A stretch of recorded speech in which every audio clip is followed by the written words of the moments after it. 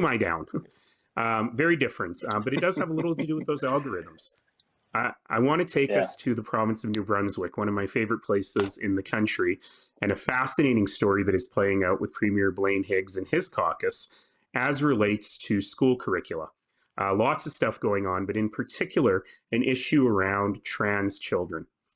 And the Premier's own government, not even 3 years ago, put in a pretty straightforward policy that talked about how to deal with trans children in the school, in the classroom. And they're now suggesting an amendment to that, which started out as if a child wants to be referred to by a different name or by different pronouns, then the parents have to be notified. It's now changed to the school psychologist has to be notified, because obviously that student has some sort of mental deficiency. The school psychologists, of which 41 out of 46 are vacant at the moment, or something like that, have suggested this is a very bad idea. And this is not only algorithm driven, but it's one of these things where I find that lately, as people get into this anti-trans or anti-LGBTQ world, it becomes their whole identity, their whole system of belief. And this seems to be happening with Premier Higgs, who heretofore, if you've ever heard of him, he's, an Atlantic conservative, pretty casual and pretty center of the road as things go. But in this case, 8 members of his caucus have rebelled, but not quite enough to force him to stop.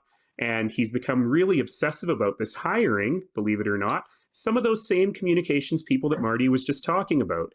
So it's very interesting to see if this kind of conservatism is going to take hold in Atlantic Canada, where we haven't seen it before, where the Premier of Nova Scotia explicitly runs saying, I'm not a member of the CPC, of the Federal Conservative Party. But what's really dangerous here is the fact that the world has really changed.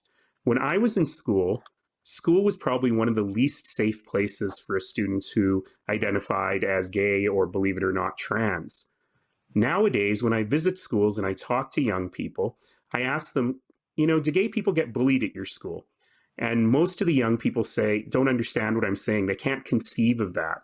I've had 2 instances in pretty tough high schools where trans-identified students have stuck up their hand and asked a question, and they've been applauded by their colleagues. And I've realized that for a lot of these kids, school is actually the safest place for them, that it might be safer for them at home than at home. And we've seen in Ottawa protests against Pride run by my co-religionists, by a lot of Muslim folks, underlying the point that home might not be safe for these kids.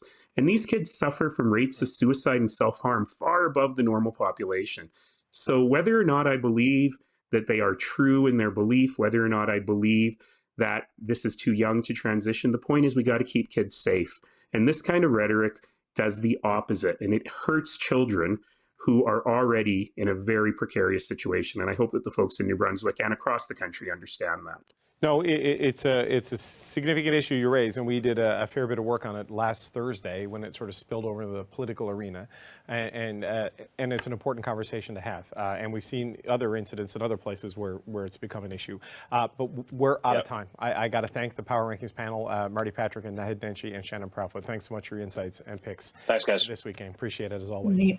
I am David Cochran. Thank you so much for watching Power and Politics. The Rundown with Andrew Nichols is up next right here on CBC News Network. So stay right there where you are.